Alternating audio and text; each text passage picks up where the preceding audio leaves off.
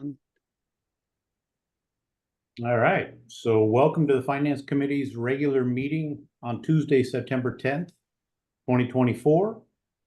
We have with us today Finance Director Noah Crocker, DCD Director Nick Bond, our Mayor Rob Patanzu, and our council members John Morrissey and Fred Chang. So let's get this thing rolling. Thank you, Councilmember Trenary. Tonight is going to be a little bit different. I'm not presenting financials tonight, but I have asked Nick Bond to come, or as he requested, to come and talk about the comprehensive plan, specifically the capital facilities element. So with that, I'm going to turn it over to you, Nick, so you can share and conduct your meeting. All right, thank you. And I do want to note that Jim Fisk is also in attendance, though his camera was turned off, so you might not have seen him there. So I wanted to, we've been taking the entire comprehensive plan to both the Planning Commission and the Land Use Committee over the past 18 months. And in June, we released the draft of our capital facilities element. And because the Growth Management Act includes a provision that when you make capital budget decisions, they have to be in accordance with your comprehensive plan. We are working on putting together a better capital facilities element that includes a 6-year capital funding program. And so I felt that it was appropriate to take that chapter in particular to the Finance Committee for your review. The chapter that is before you right now, we did have a consultant on our team that specializes in capital facilities planning. And so they started this process with an exercise where they went and met with every department in the city and really was talking to each department about what your critical needs are for a 6-year period. After getting that sort of initial outline, we met as an administration and discussed these things internally, refined the chapter, and ultimately the consultant put out a draft that then went to the Planning Commission for an initial review and was also released to the public for initial review. Our previous Chapter 9 of the comprehensive plan was pretty light on detail, and part of the reason is that we didn't have a lot of budget back in 2014 and 2015. We were just coming out of the recession, and so we used a team of graduate students to help us write our comprehensive plan, and everything else was done internally. And some of our system plans, our transportation plan, we didn't have even our impact fee program at that time. So we were really flying blind on a lot of these issues. And so we are really trying to take the first step towards having a really solid capital facilities element. So the chapter that you have here is organized. It has an introduction, an overview of the different revenues that the city has, as well as various funding programs that are available to the city. Throughout the comprehensive plan, there's this theme of connections and connecting people within the community, connecting people to their government. And so in each chapter, you'll see that we talk about this connections theme and how it interties everything that we do as a city government. And then we include references to all of our functional plans, our water system plan, our sewer system plan, transportation plan, et cetera. And then we start getting into sort of the individual elements of city government, the administration, our public works facilities, water, sewer, stormwater, parks, et cetera.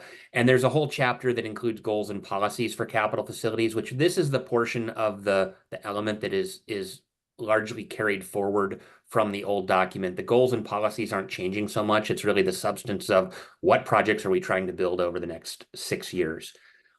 There were a few goal and policy modifications in response to state mandates, either updates to the Growth Management Act, Vision 2050, which is adopted by the Puget Sound Regional Council and is our regional guiding planning document, and we have to be consistent with that in order to be eligible for transportation funding. And then there's also the countywide planning policies, which apply only in Kitsap County and which are informed by Puget Sound Regional Council's Vision 2050, but it's refined then at the county level. And so there are goal and policy tweaks that have been made to be consistent at the regional level, as well as with state law. And so in this chapter, once you get past the goal and policy work, you'll get to, it starts out with administration and community facilities, and this is where you really start to see the results of you know, what the consultant learned from meeting with various staff. We've updated our inventories of the facilities that we have under each heading. We've acquired, like the 730 Prospect Street building was just acquired, and so that's a new facility that has been added to our capital facilities element. And then we go through and we describe the existing conditions of each area of the city. Obviously, City Hall is under construction right now, so it refers to the updates that are underway. And then before it goes into our future needs. And the future needs section really is meant to kind of describe, you know, where are we deficient, where are we lacking space, and feeds into a list of public projects. And so for each area of the city, we're going to have a table that includes funding sources and expenditures. And I've purposely stripped this information out of the version that went in the packet because as we've gone through the budget process, my head is spinning because these numbers and project descriptions are changing, it seems like daily. And I'm waiting for Noah to come back and show me what is actually in the 2025 and 2026 budget so that I can repopulate the table and then push everything else into the subsequent 4-year period. And what we did in the document, I'm going to scroll all the way to the end of the document, is I've just taken under each heading the list of projects and I've listed bullets without dollar amounts or the timing of when each of these things is going to happen because I'm needing to update all of these tables and I didn't want to give you something that I knew to be out of date already. Under the administration and community portion, the City Hall renovations project, that's the construction at City Hall, that will carry into the 2025 budget. The other items that have been recommended are, number one, a facility condition assessment. We basically need to look at our facilities and try to predict future maintenance and make sure that we're identifying all of the things that need to happen with our public workshop. Well, actually not our public workshop, but with our 720 Prospect Street building, our parking lots, our other public facilities that really serve the kind of mayor's office, City Hall, court functions in our downtown area. There's some minor improvements that we're going to need program money for on the 730 Prospect Street building that we've purchased. I think we have a contract to do some painting work on that, if I'm not mistaken. And I think there's some other small improvements that are needed on that building. And then Nick, I don't know that those need to be in the plan because we're going to fund those this year. Right. And that's, so I understood that the painting was potentially happening this year. And then I don't know whether the prosecutor's lease is being extended or whether we're planning on moving into the buildings, and if so, when, and what goes along with that. We hope to extend it. Yeah. And there's some, it's just, it's a human capital, whether we have capacity to manage a HVAC project on the building or not, but it needs heating system put in it. And whether that happens this year, then potentially there could be something in the budget. Gotcha. Yeah. So the other two projects, I'm going to touch on the downtown government master plan. With the acquisition of 720 Prospect Street and 730 Prospect Street and the parking lot that's in between those two buildings, I think there's a thought of the potential for a public safety building to be located downtown with additional office space, potentially for other departments. And so we really don't have a concrete plan for what needs to happen or what our long-term needs are. And so once we do our facility condition assessment, the next step would be to do, a citywide facilities plan and a downtown government campus master plan to really outline all of the steps that are needed. There are some issues like, the sidewalk facilities between the DCD currently and City Hall are not ADA accessible. And it is ADA accessible because you can drive around to the lower level, but there are just things in our area where we are owning property that need to be taken care of. We don't have stormwater facilities on our parking lot. There's all kinds of little things that that need to be planned out so that we can budget and put correct dollar amounts for a future project if and when we ever get to the point that we build a public safety building or some other office space expansion for City Hall. I'm just going to stick to this bullet list. These are really the projects that will appear in each element. And if any of you have questions, feel free to stop me and ask as we go through this. For Public Works capital facilities, our consultant in talking with the Public Works guys did identify some minor Public Works shop upgrades that were needed. as well as the need to develop an annex building for storage and keeping our equipment out of the elements. And so those two projects have been added to the list. We also operate a decant facility, and that's basically where if we use the Vector truck and we have to empty that out, we have a facility where the water can evaporate off and the solids can be scooped up and disposed of properly. We built that maybe 8 or 10 years ago, and it's proving to be vastly undersized based on how frequently we're using that. There's also a storage yard surrounding that facility that requires improvements and can be better utilized. We've been discussing two other projects for public works facilities, both the need to have eventually some sort of facility on the east side of the city where we can stage materials, sand, gravel, snow removal supplies, that sort of thing. And so I think this is actually listed as the potential property acquisition and won't necessarily include building anything at this point in time. And then we also own a building in front of Paul Powers Park. There's an old fire station there. And so we're talking about making some improvements to that so that we could better utilize that for something other than storage. There's also a fenced area that could be utilized for storing equipment and staging materials at that site as well. And so those 5 projects all serve kind of all of Public Works, not just the water or sewer utility. And so they're under this umbrella of Public Works capital facilities. The transportation list is quite long, and these are mostly projects that we currently have funding for, either through grants or things that we expect to be completed within the 6-year time frame. Some of these will be built by private developers, but most of these are currently programmed in our 6-year transportation improvement program, and I don't think there's anything on here that you probably haven't heard about previously, but if you have any questions, please let me know. Moving on to stormwater, there's we recently completed our stormwater comprehensive plan, and in that plan are 10 total projects, and several of these appear on the list either because there are grant funding efforts in place, or there's an expectation that we can go out and pursue funding for these within a 6-year period. The Johnson Creek Estuary project, this is the one that WashDOT's involved with at the bottom of Port Orchard Boulevard. We are partners in a grant application with WashDOT, but they're managing that project for us. Each of these utilities has an annual preservation line item in terms of what we're anticipating putting towards annual preservation capital projects.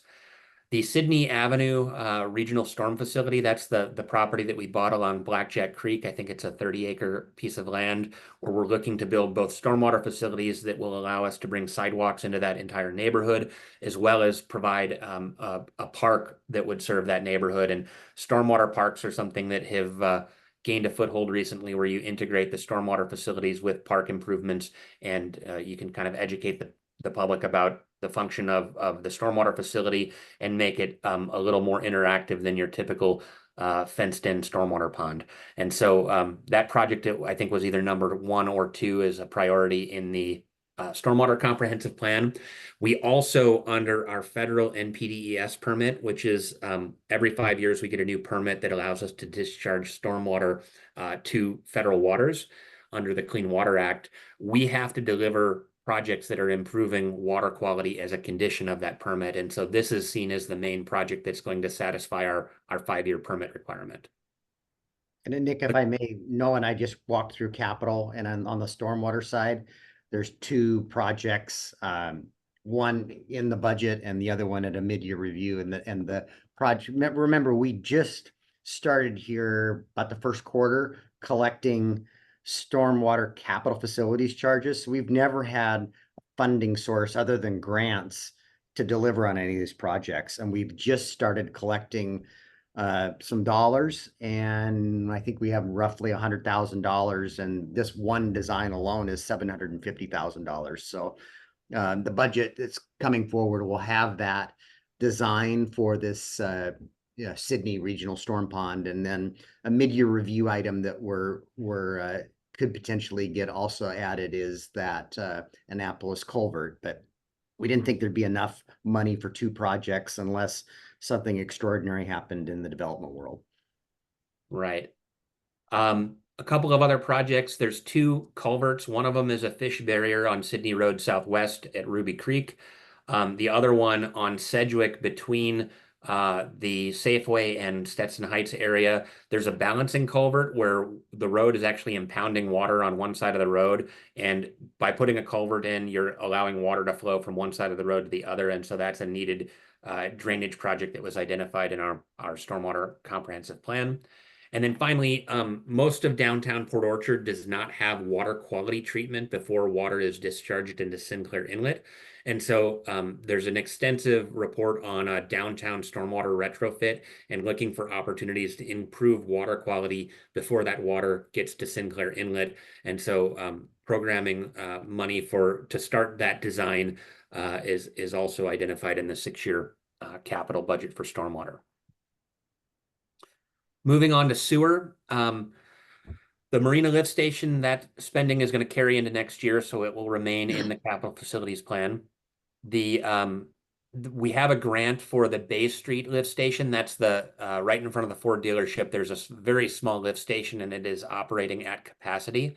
And so we got a grant, and I believe that allows us to design a new facility and also acquire property, because we don't actually have an easement with Ford to expand our current facility. And so we're looking at buying some property across the street that would allow us to build a proper lift station in that location. And that I wish it was a grant, but it's a loan. It's a loan. Yeah, sorry. Yeah, it's a It's a loan. grant I think loan for $1 million. combo. Yeah, it's a grant loan combo. combo. Yeah, we got 150,000 of grant and then 850,000 of loan. Okay. So the Bay Street pump station actually pumps back to the Marina Lift Station before the Marina Lift Station then pumps it all the way over to the sewer treatment plant.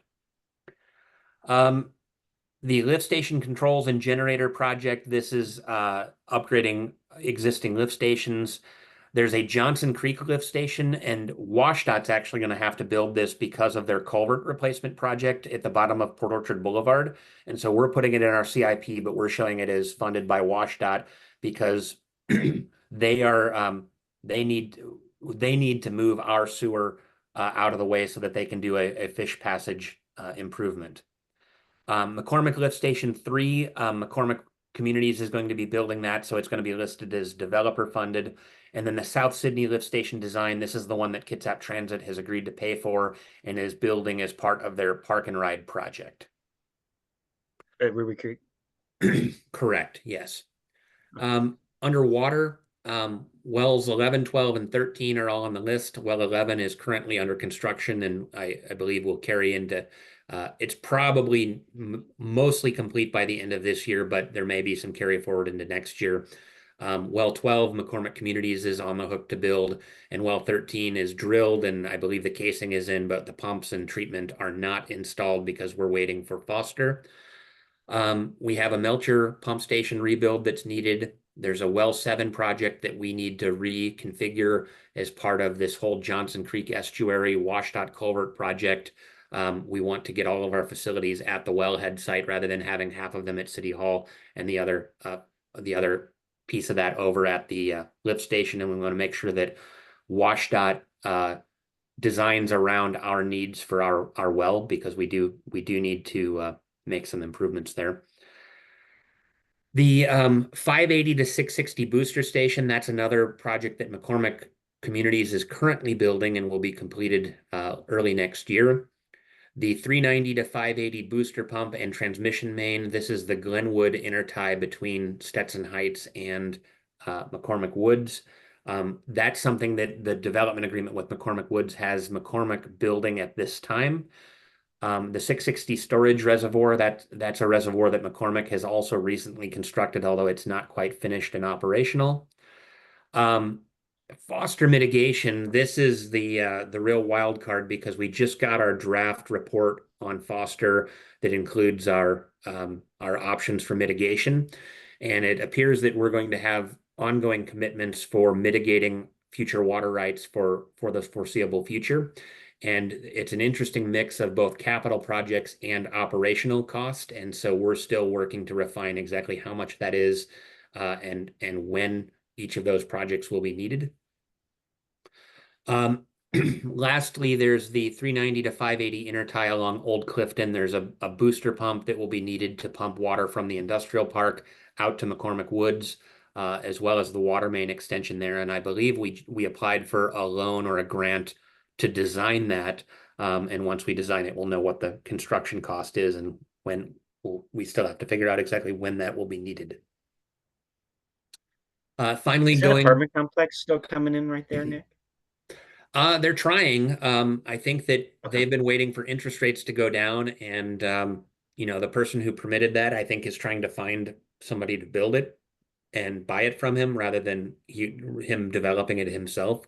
And so I think he's realizing that the cost of that particular site is a little bit more challenging than other sites, and he hasn't found any takers yet, to my knowledge. Is that when we would intend to do some of that work? Well, he's actually required to build the water main extension as Yeah. far as the apartment complex, and the booster is actually needed pretty much either just before or just after the apartment complex.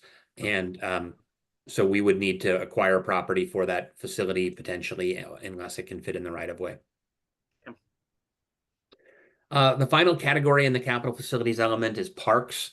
The big projects on here, the community event center and the plazas associated with the community event center. We have the Givens Park Sport Court remodel, and I can update you and share that we did get our notice to proceed about a week and a half ago on that project.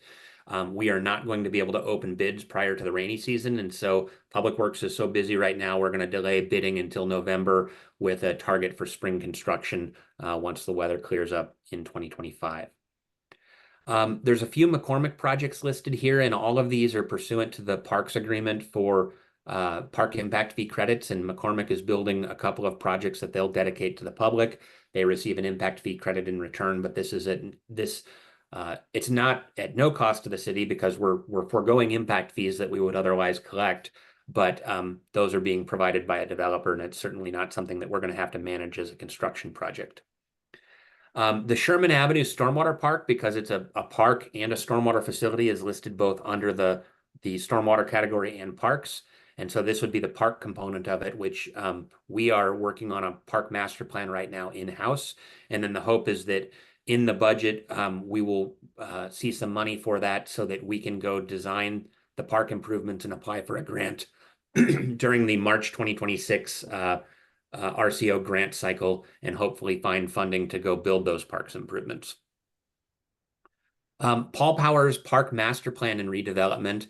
The South Shed is currently located at Paul Powers Park. And so some of what Public Works wants to do with that facility is going to displace some of the existing park improvements, which the park improvements are in pretty sad shape in their current location. But if Public Works displaces those facilities, this is probably something that ultimately gets paid for from both parks and the utilities that are causing that displacement. And so we're still trying to work out the exact dollar amounts that would come from parks and what would come from utilities. And then finally, the Ruby Creek Regional Park Master Plan, Kitsap Transit and the development agreement that we're working on right now with them, they're proposing that they would dedicate parkland to the city along the floodplain of Blackjack Creek. And so behind their new park and ride and along Ruby Creek and Blackjack Creek, we would be getting land to make some trail improvements and some other more passive type park uses, but it's possible there would be a restroom at a trailhead or something of that sort, and people could go there and walk along the creek. We've even previously at one of our committee meetings, we brought up the possibility that, maybe someday we can apply for funds to do a pedestrian crossing of 16 where people could go from the Stormwater Park to Ruby Creek and tie those two areas of the city together. And so that's something that would come out of the master planning effort potentially. Back to that Paul Powers master plan, the first step in that is we went out to bid previously on removing a water tower that we have there that's no longer functional, but the bids have been extremely expensive.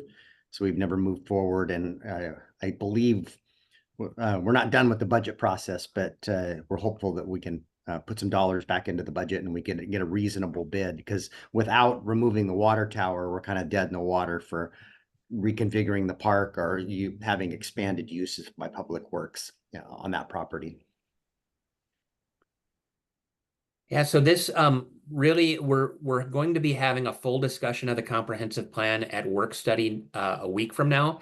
And so I'm working on a presentation that's going over the entire comprehensive plan.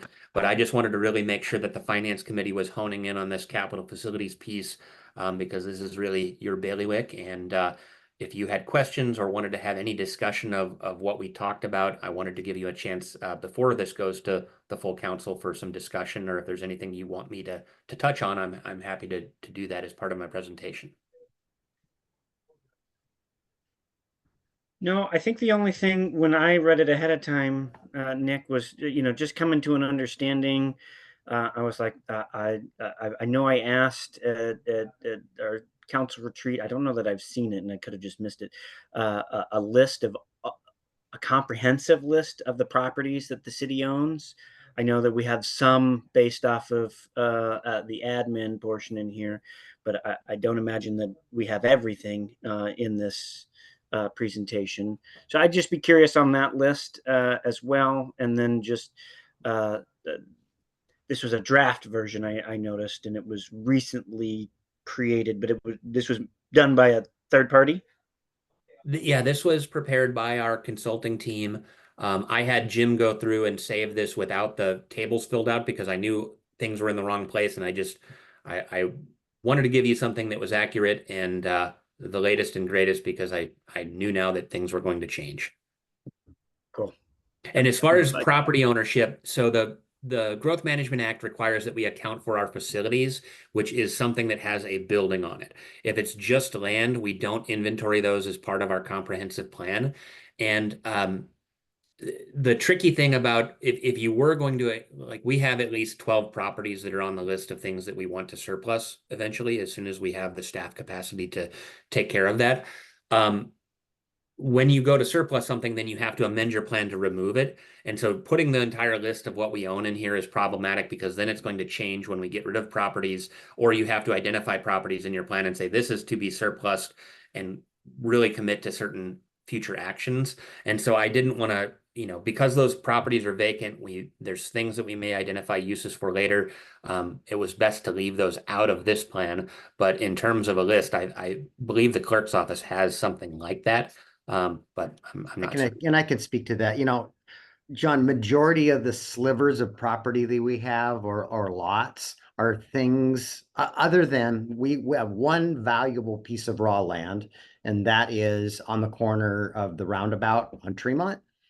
And we should probably consider selling that when the time is right. I was kind of holding it to maybe for a police station site someday, could be, but with the purchase of the building a couple doors down, that's probably a better location. And we could, now the money though from that sale, correct me if I'm wrong, Noah, needs to go into our street fund, our capital street fund.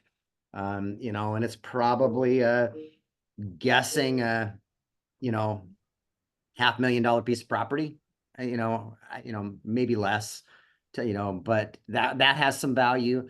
The rest of them are largely pieces or slivers of land or pieces of property that we acquired through when we expanded the sewer treatment plant. Everybody got an assessment, and if you didn't pay your assessment, there was a process where then your property was seized and given to the city. And many of these are slivers of land like that only have value to the neighboring property owner. That they got a sewer assessment, but they had an undevelopable piece of land. So we don't have much other than Tremont, and of course the two buildings, one that houses Nick's and the one we just bought, are probably are the most valuable, and City Hall. And then we have the Public Works shop. You guys have toured that. We have the dump site, and we talked about that. You can see where the Kitsap Transit buses are parked sometimes there in the industrial park. Can you envision that, where the chain link fence is? By the entrance. Yeah, that's our property. And so are those parcels that we lease on top of the dump. We really can't do anything on top of the dump, but there are some opportunities for us to put some storage buildings around the footprint of the dump. And that really runs up to the decant facility up there, and a water reservoir that we have up above that, where there's a storage building. Is the police, who's using that storage? Somebody, I think maybe it's Parks now. Police were using it at one time. It's not much of a building. And we've got a large swath of land that's sloped there up above the industrial park that could be platted and mined and create industrial lots. But it's just a matter of capacity and another projects to manage. It'd be nice. It's something it'd be nice to do, to create some more industrial land, but it won't be inexpensive to plat that, put utilities and roads in, and go through a public process to sell off the mining rights to that. So, well, that's not the list you asked for. But That gives you the high kind of level. what we Yeah. own. Yeah, the other two that you left off, we have 600 or the 720 Bay Street, That's true. and then we have one piece of property on Mitchell next to the Housing Kitsap facility that may be, it's kind of big, but it's got a steep slope. I don't know how stable it is. Across, it's on the slope side. You're right. And yeah, I forgot about the gravel lot that we have on Bay Street that's part of the master plan. See Mark's raising his hand. Lundberg, and then there's that lot next to the Adventist Church off of Bethel. Those Well, seem Lumberg for the property as it was a park. It's in our park inventory still, isn't it, Nick? The old RV park? Yeah, and I think we've tried to research how we came to acquire that and what can be done with it, if anything. And we don't have a parks lead. It's sort of something that just falls to everybody and doesn't get a whole lot of attention. Yeah, it's steep slopes all in there too, and it borders along Blackjack Creek, so probably doesn't have any development potential other than a passive park down in there. Mark? So with the expansion of the city heading south and the potential development that's going to come at the Ruby Creek area, has there been any discussion or thoughts of Public Works or other services, city services, expanding out into that area to provide better service for that particular area, as well as the rest of that that section and the western section of the city? And talking to Public Works, that's fairly easy for them to access and get to from the industrial park on the west side of the freeway. And in that list, you saw an east annex. They'd like to have something over off of Bethel in that area to be able to quickly deploy snow removal equipment. And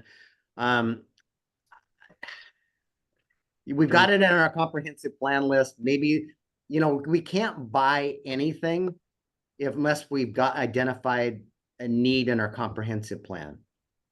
I recognize there's a need. I think there's a bigger need in building a building on the property that we have and repurposing some of the sites that we have. We're going to get a lot more bang for the buck. They're absolutely right. There's a need, but I think it's, But how many snow days do you really have a year, right? Yeah, well, so anyway, there is a need. And I don't discount that. I just don't believe that's our highest priority. Agreed. Yeah, I think the other consideration for the East Port Orchard is that if we annex more areas, our UGA is mostly east. The possibility exists that we're going to have more responsibility if we annex on the east side of town. And so being able to, it's not just snow removal equipment, it's barricades, it's other things that you would keep on that side of town. So if you need it, you don't have to use one of our 3 east-west routes across Blackjack Creek and Highway 16 to go get something and bring it back. But I think that need grows if we annex something versus if we keep the same boundaries. Yeah, that's a fair point. That brings up a good point. Sorry to not interrupt, Mark. I don't want to lose this. Nick, do we have a manifest of what the county already owns if we were to, say, annex? The county doesn't give us anything. Yeah, they're in the Bethel South Corridor. They do have a facility out there. I don't know that it's in the area that we've talked about annexing previously, and they would make us buy it, certainly. I think that's You agree, what but I happened with mean, the stormwater yes. ponds that they had purchased land for on Bethel and then didn't transfer to us. But And that was my pushback to the county. You know, they're balking at the $250,000 cost for the right of way around the county campus for the street vacations. And I told one of the commissioners, I go, well, we didn't get a brother-in-law deal on the storm parcels on Bethel. You made us pay fair market value. We got an appraisal. This is the fair market value. If you don't like our appraisal, get your own appraisal. And that's kind of stalled. And so as they work through that process, but they kind of want us to give them the land, and they don't do that for us. So that's why the street vacations haven't come before us. Yeah, because they don't like the value of the appraisal. Gotta be a win-win. Mhm. All right. So any other questions or comments for Nick? So we'll still be filling in those charts as we work through the budget so that we know what we should be budgeting for. correct. We're going to make sure that the comp plan that we adopt is matching what is in NOAA's budget, at least for 25, 26. And anything that's not in the budget needs to be in future, the 4 years beyond 2026, if it's going to be in the 6-year plan at all. And so if there's a project that, you're wanting to champion that isn't on this list, we need to know what that is so that we can get cost estimates and figure out whether the entire council also wants that sort of thing on the list. Yeah, and back to that east annex for Public Works. It's a placeholder for me. It's a placeholder, because if an opportunity it's like the building we had it in our comprehensive plan to expand the city campus. Well, all of a sudden that building came on the market and we were able to react. Okay, we don't have something in our comprehensive plan. Maybe an opportunity comes along. Well, gosh, that's the perfect piece of property. We should pursue that, and we can't pursue it if it's not in our comprehensive plan.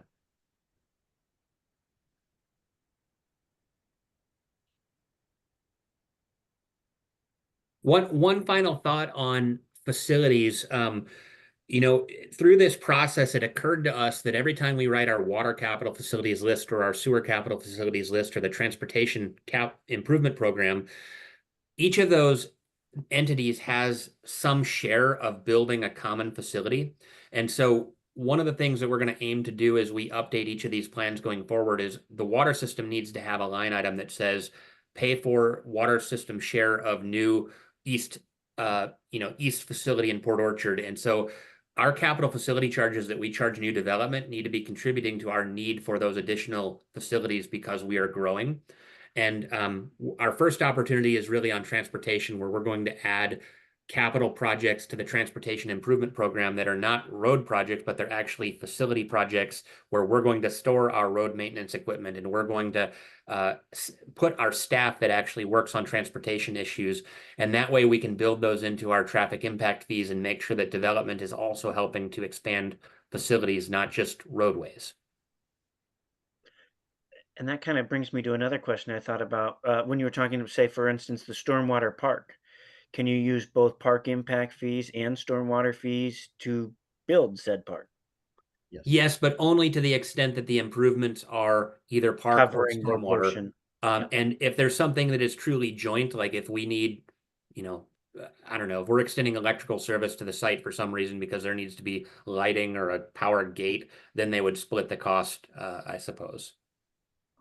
One of the things we've tumbled to too, and it's likely the storm water aspect of that piece of property is going to advance ahead of the park aspect of it, because we're saving all of our park dollars for the community center until we get to construction on that. But an element of Foster, we can get some credit for water rights by the storm water facility capturing and releasing water into Blackjack Creek. So that's when we were picking, we likely had enough money to design one project. That was one of the criteria why that rose to the top versus replacing a culvert because of Foster. So Rob, And the requirements in our stormwater permit. and what you're discussing right there is specifically the Sydney Stormwater Park. The stormwater facility and park that happen at the end of Sherman off, Sydney South. Okay. Yes. On the 20 acres we purchased. Mhm. Okay. Any All right. last questions? No, you got anything for the good of the order? Councilman, anything for the good of the order? I did want to just mention a couple quick things. So we're working through budget still. Hopefully, I'm looking still to try and get out the sales tax and rate report next week. So look for that. And then probably the week after, the monthly budget report will come out for August. So we're trying to stay on top of that while we develop the new budget. So keep an eye out for that. I also did want to mention, since we have council tonight, there's a couple items on consent agenda. The ER&R is purchasing vehicles. I just want to make the finance committee aware, as I always have before, that these vehicles are budgeted and have already been approved by this council in prior meetings. And so happy to take any. One of those two, I actually have made a call. I'm probably pulling both those off of consent agenda. One of those two indicated that it would need a budget amendment, that it was not budgeted. I It Can That look was at mine, and I assumed that was the case, but maybe I'm incorrect. I think they're Yes. both budgeted. They are both budgeted. Yeah. So Yeah, I thought I read that a budget amendment may be required, but it wasn't specifically stated that it was required.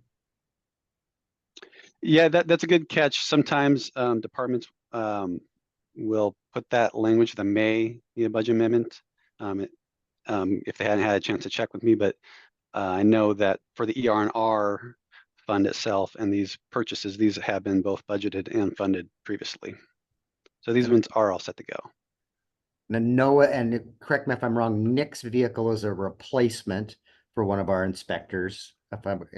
So they say they're admin vehicles, but that's just a category. It's what our inspectors drive, field inspectors drive. So that's a replacement. Nick's, I believe, is a replacement vehicle, correct? Of one. Yes, yeah. So let's just define what that means. So typically when we say a replacement vehicle, we are purchasing a vehicle that was already included and paid for in the fleet. And so Nix is a replacement vehicle. The public works vehicle, I think 2 months ago, maybe it's 3 months ago now, we added a vehicle to the fleet for public works admin. And so that was an added vehicle at the time. So this will be a new purchase for the first time purchasing it. And the reason we need that vehicle is because we've added employees to inspectors to our workforce, and they need a car to drive to. So right now we've got people waiting around for a car to go out and do their work. Yeah, I think you have that need in both departments. Nick has both expressed this to me, as well as Public Works, that we have inspectors without vehicles. In particular, that's why we added the vehicle to Public Works admin a few months ago, because they have, I think, 11 employees and only 4 admin vehicles. So if they're trying to go out to different locations, that's not very efficient for when we're doing inspections. So there might be future requests, again, in the 25-26 budget to add additional admin vehicles to the Public Works side of the shop. I haven't quite got through that side of the budget yet, but I have verbally heard them make those comments before, that they would still like to have a few more vehicles to allow their inspections and all the admin staff. So rest assured, it's not a vehicle for Nick, Noah, or I. It's the white collar inspectors. Yeah, well, that's why it's going to be adamantly important to get that right, because one, it is right. It's just the terminology. I know, but when you put that out to us, right? Like it looks like a vehicle for Nick and a vehicle for Dennis, and then it looked like one of them wasn't budgeted. That these are imperative things for a council member making these decisions to know that we got to get that right. Yeah, I agree. The terminology of the administrative vehicles, that was a little bit sketchy at best. But yeah, we do have to make sure that we provide the tools that our new employees need to do their jobs we hired them to Correct. do. You know, I appreciate that clarity, Noah.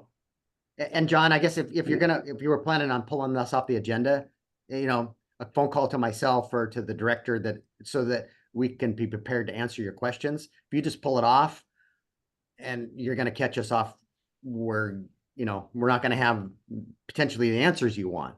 You know, we did here tonight. I mean, but Well, yeah, it was definitely around budget, right? And then I think the other thing I want to provide the conversation. We continue to talk. I don't think I've added a body anywhere in any vote I've done, right?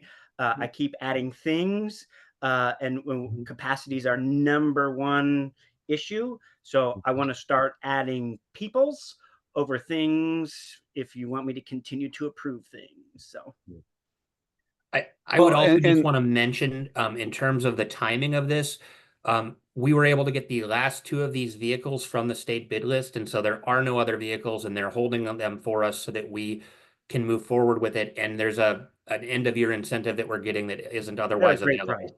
Yeah, So- they're a great price. They're a good vehicle. I think I even talked to Mark earlier today. I said, if this was available to me, I'd take that. Right. I think that's all good. And again, if it's a tool, again, it was more about a conversation to be had around number one. If it's not budgeted, that's a problem for me. I can't vote on something, and I didn't want it in consent agenda, so I may still just want to have those words tonight. John, rest assured, it wouldn't be on consent agenda if it wasn't budgeted. That's one of the criteria. The routine, you know, purchases that are in the budget is what goes on the consent agenda. If it hadn't been budgeted, it would be a business item. And that literally is why it was. It literally says under finance, under one of them, needs a budget amendment. There was a disconnect between the two departments. There's a problem there. Yeah. Okay. Yeah. So. Yeah, that's one of the criteria. It can't be on the consent agenda, or shouldn't be on the consent agenda if it's not budgeted. Hope so, but again, it was there. I was calling it out. Let's work through that. So, yeah, I would have been through it, except for that all happened last night into this morning, because I couldn't get through that packet fast enough.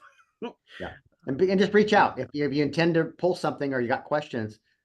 Please reach out, because we want to be able to answer your questions, whether it be before the meeting or at the meeting, and you know, have good answers for you. Yeah, and the nice part about the ER&R is, I just want to go back to the comment you made, Councilmember Morrissey, about adding people versus vehicles. We've tried to manage and set up a program for equipment and replacements. So we aren't doing that. So we aren't saying, hey, we're not adding bodies because we're adding cars. That's the whole reason you set up an ER, that we fully fund it, that's on its own program and schedule. So regardless of the human aspect, we're not making that trade-off. Now, where it does come into play is when you do add an officer, an employee, say an officer. Police officers are always the easiest because their vehicle is critical to their service, right?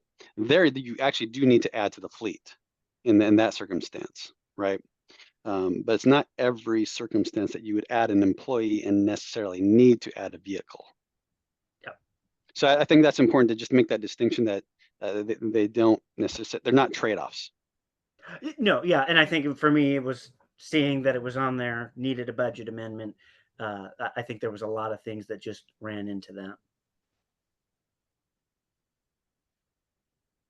Yeah, is there anything else regarding the program? And then I think these are the last two purchases that we'll be able to get in this year, because the windows are closed essentially. Just out of curiosity and for my own thoughts, what is the maximum fiscal amount that the directors have authority to spend without bringing it to council? Well, they don't have authority to spend any money. I do. Okay, so what is it for you? No, off the top of your head, I think we've got for bids, it's 71. It has to be in the budget. Okay. That's the first criteria. I can't spend any money that you haven't approved the budget for. So, and then it comes through the check registers that you guys approve that come through finance department, come across my desk, and then go out to the full council for review. And then that's part of your council packet. I can speak to my change order authority, but purchasing, I think it's $7,500, and then we've got to go out to bid. Before that, we can get verbal quotes. But Rebecca is not on this call, who is the purchase. I go to Rebecca or Brandy when somebody brings me a contract. Everything goes through the clerk's office. Is this in the budget? Does it, have we met our procurement policies to do that? And Yeah. go And ahead, so Mark. I'll just add what again, I'm going off my head. I'd rather have our procurement officer on here to answer that. But you kind of two different things playing here at play. You have the budget, right? And for E&R, we always have the vehicles budgeted before we go forward with any type of purchase. Okay, that's just a fundamental of the program. But so let me use the example of 25 and 26. We're going to put in there a lot of requests for replacements, right? And you guys are going to presumably approve the budget. And so you say, well, now these vehicles, these purchases have been approved in the budget. But now when we actually come to actually procure the vehicle, there's another policy threshold that we have to adhere to in order to get authority. And I think it's 35,000 that would have to come back to council for the purchase of the vehicle. So the first hand will approve the budget. And that's why you're seeing it tonight, because we actually have it in the budget. It's been approved by council to purchase this through the budget process. But because of our procurement rules and our procurement policy, it has to come back to council to approve the purchase. So that's a double check and balance, I guess, if you will, for the council on anything that we purchase. So to expand on that, then whether it's on consent or it's on a business item, if that, 35 cars don't cost 35,000 anymore. But that car purchase, so there's a threshold where we have to bring it to the council regardless. So if it's budgeted and I'm buying that car and you've already approved the budget for it, we put it in the consent agenda. Those purchases that are budgeted, that are, unless they're a big, contracts are an exception to that too. We bring contracts for projects and things. Those will do, 99 times out of 100, that's ends up on business. Your consent items are going to be the renewal of a contract, purchasing of things that are in the budget. If they're not in the budget, regardless of the dollar amount, I don't have the authority, then it's got to be a business item. Yeah. Noah, do you fill out the fiscal impact in every one of those, what do we call that? Summer, I don't staff currently. agenda report? Yeah, currently the directors or their departments do. And I try to take a look at him. I didn't see Nick's. I apologize, Nick, for missing it. I mean, Nick was at a conference last week, so he was working remotely trying to get this on the schedule to make sure this all could pull together. But I think in the future, the intent is with the new Granicus software, the agenda software. Brandy is going to have it built in that there's a workflow that as staff reports are submitted, that the fiscal impact section would come to the finance department first prior to going to council, so we could actually fill it out. Okay. It's been a work in process for years, I would say, to get finance involved in that piece of it every time. So I think with the workflow and automating that, that'll be really good going forward, especially as we talk about contracts and public works. Yeah, I think that would help me immensely, right? I think I was under the assumption that you did. I think that would have solved any of this confusion in this week's stuff. And I've seen that before. And I was like, but wait, it says here in the, yeah. So now it kind of makes sense, but yeah, I think it would assist us in our ability to know that, hey, yeah, we budgeted this, we talk about this. This is just another, we're bringing this up again. Yeah. And that way I'm not trying to make, sorry for the terminology, but I'm trying not to make a project out of a fart, right? Like, it just, right. Yeah, you just make this easy. Yeah, no, and the finance department is very, I would say we are very supportive of having us involved in that process. And I'd say it's not so much a problem with Nick's department. I'd say the public works, just the sheer volume.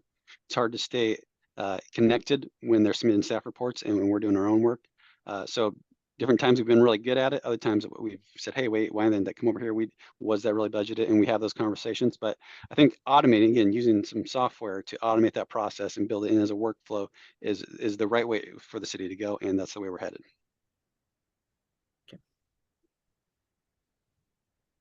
All right. Anything else for the good of the order?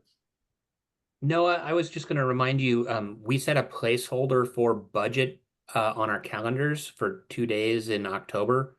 Is it premature to share that with the October finance? 18th. 18th is what I have. 17 and 18, right? It's just the 18th now. Oh, it We is were- just the we 18th. were floating dates. It's the 18th. Yeah. Sorry, Nick. I don't think I've gone back to the directors. I believe the mayor's worked with the council to narrow it down to the 18th, and I just haven't He closed hasn't that loop updated yet. the ID. He hasn't updated it yet. I see it's on my calendar for 2 days also. And that's just this group, right? That's not the full council. The other council, so here's, let me, and I've got only Jay and Heidi wish, and they're not participating, okay? Because it would be inappropriate for you guys to hold deliberations with 4 or more council members without all of the council members participating. This is your opportunity. So Noah and I are going to present the mayor's budget, okay? There are going to be things, very likely, that didn't make the budget, the mayor's budget that directors asked for. Okay, so we're going to provide you a list of those items, and it's the director's opportunity to advocate, you know, why the things that didn't get funded and why they're important. The challenge is Noah and I are going to present you with a balanced budget. Sometimes there's some leftover that we don't budget. I think we're going to be a bit tight, in particular in the general fund this year. So yeah, so it's your responsibility, and only the finance department's or finance committee's responsibility to conduct those interviews and to make a recommendation to the full council to recommend the mayor's budget or modify and recommend a budget to the full council.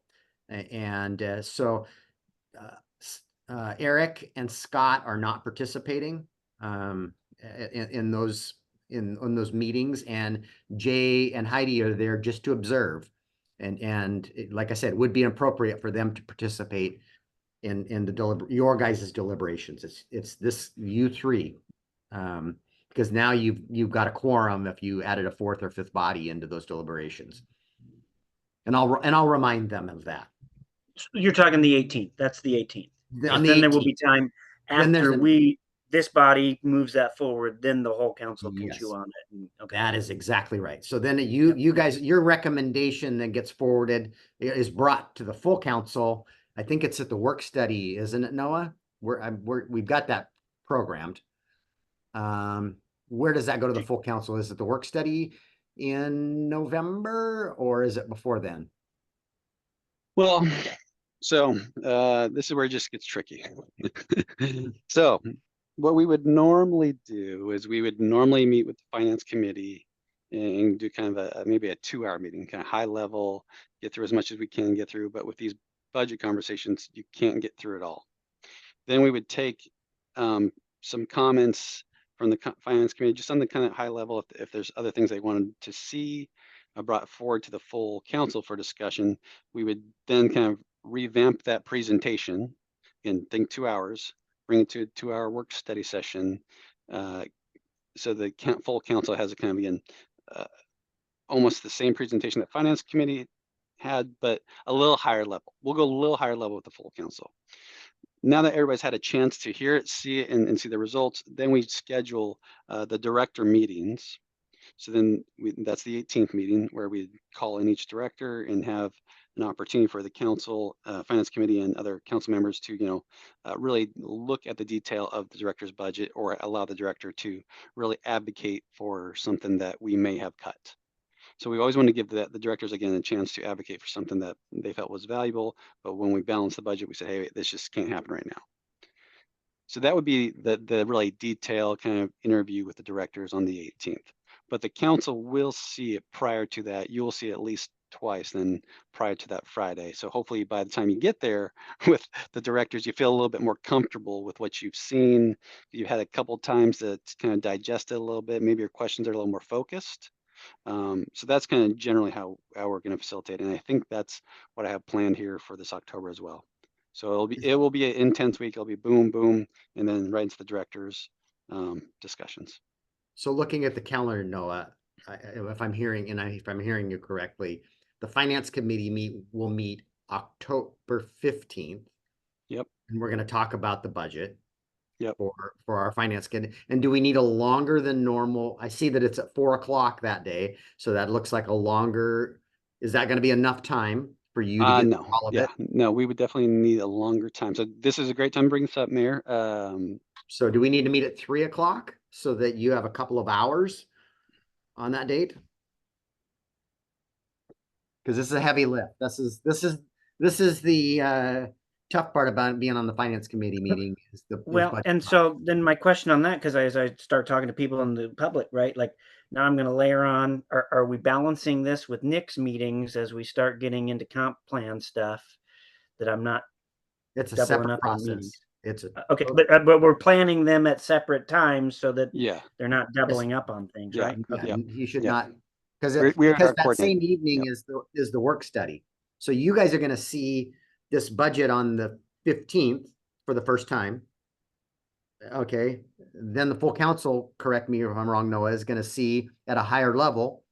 Mhm. Then you're gonna have the check-ins with the directors, and it isn't gonna be more than 30 minutes tops, probably with each director. I'll be, Yeah. we're holding a whole day, but as we refine this, we'll squeeze that day down and make it, you know, as productive as we can for everybody. And then from there, then we bring a budget back to the full council after you guys have finished your deliberations.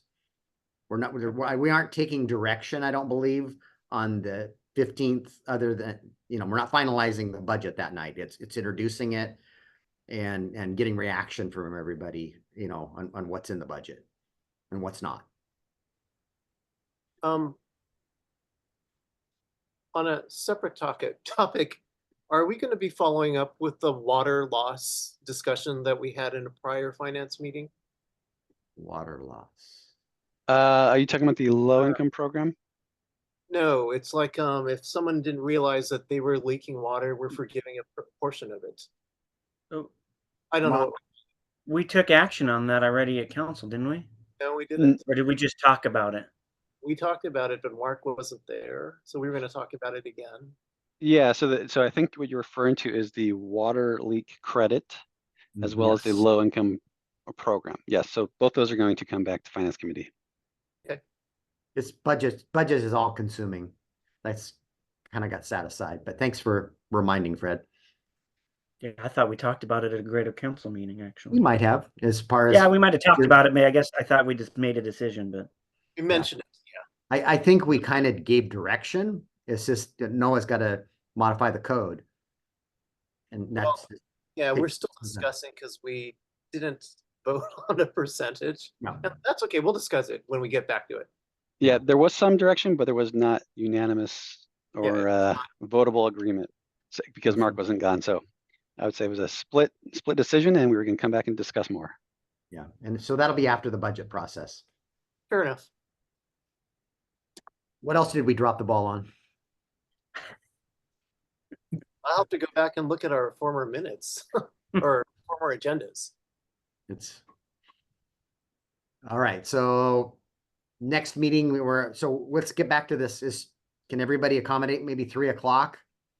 October 15th, 3 On the o'clock. 15th? Work okay. I've you're got asking a lot of me that week, but I'll make it happen. Yeah, I got another meeting that ends at 3 o'clock, but as long as I get a bathroom break, I'll be fine. We think that'll go straight up until council time. Better not. We'll try not to. We'll give you a 30-minute break anyway. We'll be back. Okay. Yeah. And matter of fact, I might recommend we do that finance committee meeting in person. What do you think, Noah? Because you can. Yeah, if we have facilities and we're up and running. I think Provided we're those back meetings in are our, good. we That makes should be in the council conference room would be a better for that meeting if provided. And we should be. I mean, that's what we're working towards. Yeah, we won't have time to get to council if this runs over. Yeah. This Yeah. meeting runs We'll over. make sure that you've got time. I think 3 to 5:30, should be 2.5 hours should be enough, I hope. If not, then we're scheduling another meeting. We shouldn't go past 6 o'clock, I wouldn't think. 3 hours. Depends on how many questions you guys got, I guess. Okay, so we've got our next scheduled meeting for October 15th, starting at 3 o'clock. Hopefully Yeah. we're back in chambers. That's the plan. And we'll hear if that's not the case, but let's Yes. plan for being back in chambers at that point and running right up to the back-to-back with council. Are there any other items that the committee members or anybody wants to discuss?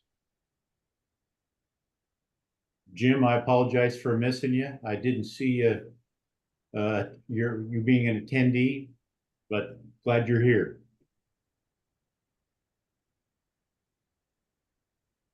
Seeing nothing else to discuss, I think at 5:13, this meeting is adjourned.